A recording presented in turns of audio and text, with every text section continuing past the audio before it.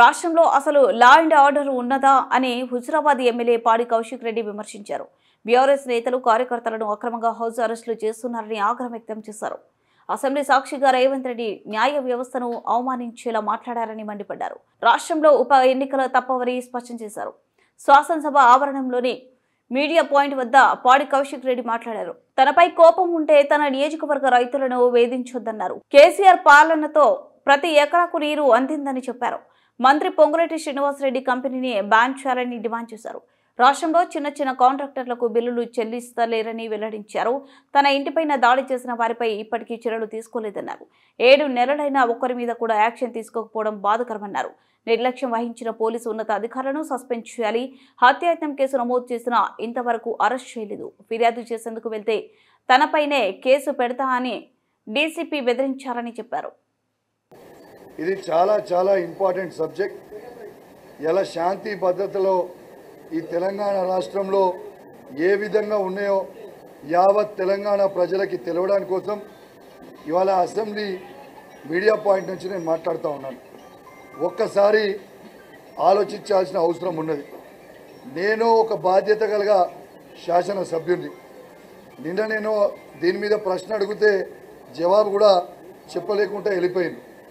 కానీ ఖచ్చితంగా ఈ నుంచి ఇవాళ మాట్లాడుతా ఖచ్చితంగా దీనికి గౌరవ ముఖ్యమంత్రి రేవంత్ రెడ్డి గారు, తనే ముఖ్యమంత్రి, తనే హోమ్ మినిస్టర్ కాబట్టి ఖచ్చితంగా జవాబు చెప్పాల్సిన అవసరం ఉన్నది.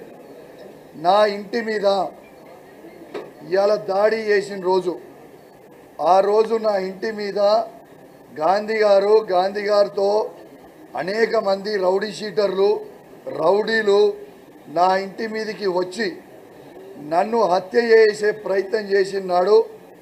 ఆ రోజు స్వయంగా రౌడీ షీటర్లకి, రౌడీలకి స్వయంగా సైబరాబాద్ ఉన్న డీసీపీ గారు, మాదాపూర్ ఉన్న ఏసీపీ గారు, గచ్చిబౌలి ఉన్న సిఐ గారు పైలట్ ఎస్కాట్ పెట్టి నా ఇంటి మీదకి రౌడీ షీటర్లని, రౌడీలని తీసుకొచ్చి నన్ను హత్య చేయించే ప్రయత్నం చేసిండ్రు.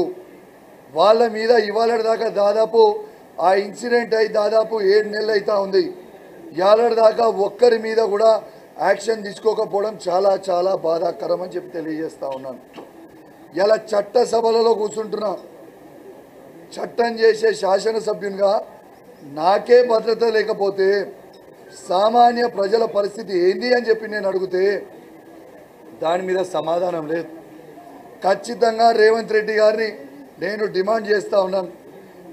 సైబరాబాద్ డీసీపీ గారిని, మాదాపూర్ ఏసీపీ గారిని, గచ్చిబౌలి సిఐ గారిని ఖచ్చితంగా మీరు సస్పెండ్ చేయాలి అని నేను విజ్ఞప్తి చేస్తూ ఉన్నాను. ఎందుకు ఇంత ఖచ్చితంగా చెప్తా ఉన్నానంటే స్వయంగా పోలీసులే దగ్గరకుండి ఇలా ఒక శాసనసభ్యుడినే మర్డర్ చేయించడానికి వాళ్ళకి పైలట్ ఎస్కాట్ తీసుకొచ్చి మా ఇంటి మీద వదిలిపెట్టినప్పుడు ఈ రాష్ట్రంలో ఒక శాసనసభ్యునికే ఇవాళ సెక్యూరిటీ లేకపోతే ఇవాళ సామాన్య ప్రజల పరిస్థితి ఏంది?